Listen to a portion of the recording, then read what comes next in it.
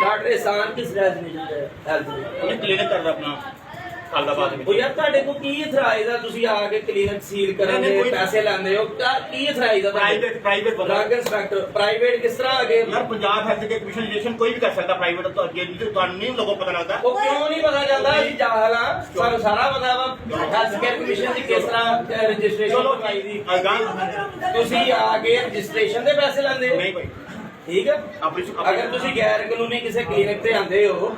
ਤੁਹਾਡੇ ਕੋਲ ਕੀ ਇਤਰਾਜ਼ ਆ ਤੁਸੀਂ ਉਹਨੂੰ ਸੀਲੋ ਬੰਦ ਕਰਦੇ मैं सील तो बंद नहीं किया ਹਰਾਸਾ ਕਰਦੇ ਰਹੇ ਡਾਕਟਰ ਸਾਹਿਬਾਂ ਨੂੰ ਲੇਡੀ ਡਾਕਟਰ ਸਾਹਿਬਾਂ ਨੂੰ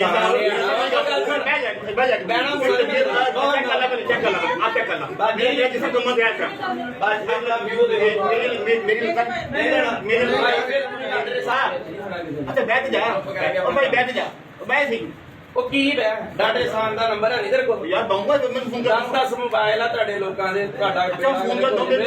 ਤੁਸੀਂ ਸਹੀ ਖਾਣਾ ਖਰਾਬ ਕੀਤਾ ਆ ਮੁਸਤਫਾ ਸਾਹਿਬ ਮੇਰੇ ਗਰੁੱਪ ਦੇ ਵਿੱਚ 7ਵੀਂ ਵਾਰੀ ਫੜੇ ਗਏ ਆ ਠੀਕ ਆ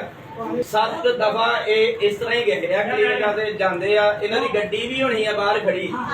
ਠੀਕ ਆ ਉਹ 'ਚ ਵੀ ਇਹਨਾਂ ਦਾ ਹਮਲਾ ਹੋਣਾ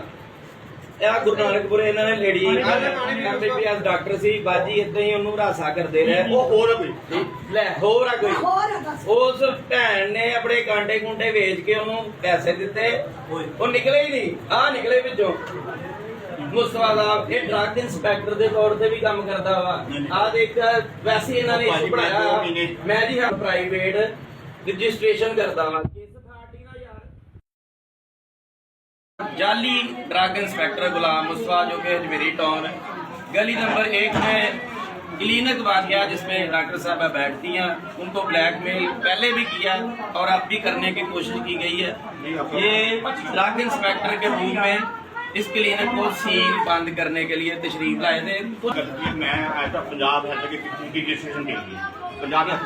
हेल्थ के रजिस्ट्रेशन के लिए किन आप अच्छा मैं एज ए प्राइवेट काम करता हूँ पंजाब हेल्थ के कमीशन प्राइवेट लोग आप उनके एजेंट हो एजेंट नहीं उनके साथ जो तोड़ जो तोड़ भी क्या वो ना तोड़ सकते हैं ना करते हैं जैसे वकील काम करते हैं या काम अगर कोई केस हो ना उधर हेल्थ के कमीशन में तो हम वहाँ मतलब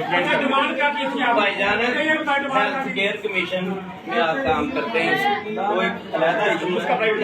इस वक्त आप अजमेरी टाउन में मौजूद हैं यहाँ पर लेडीज डॉक्टर साहबा बैठती हैं इनसे क्या डिमांड की है आपने?